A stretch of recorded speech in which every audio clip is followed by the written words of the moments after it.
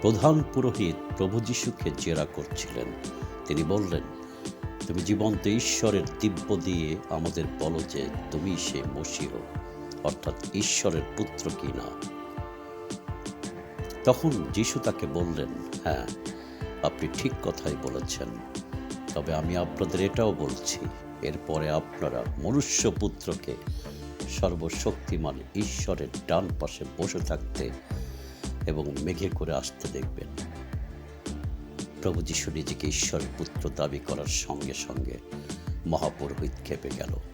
সে প্রভুকে মৃত্যুর উপযুক্ত হিসাবে পিলাতের কাছে নিয়ে গেল, অথচ তাদের সেনাপতি আর সৈন্যরা সে সত্যটা স্বীকার করেছিল। আসুন দেখি তারা কি বলেছিল। মথি 27:54 এই কথা লেখা আছে, সেনাপতি ও তার সঙ্গে যারা যিশুকে পাহারা দিচ্ছিল তারা ভূমিকম্প ও অন্য সব ঘটনা দেখে ভীষণ ভয় পেয়ে বলল, সত্যি উনি ঈশ্বরের পুত্র ছিলেন।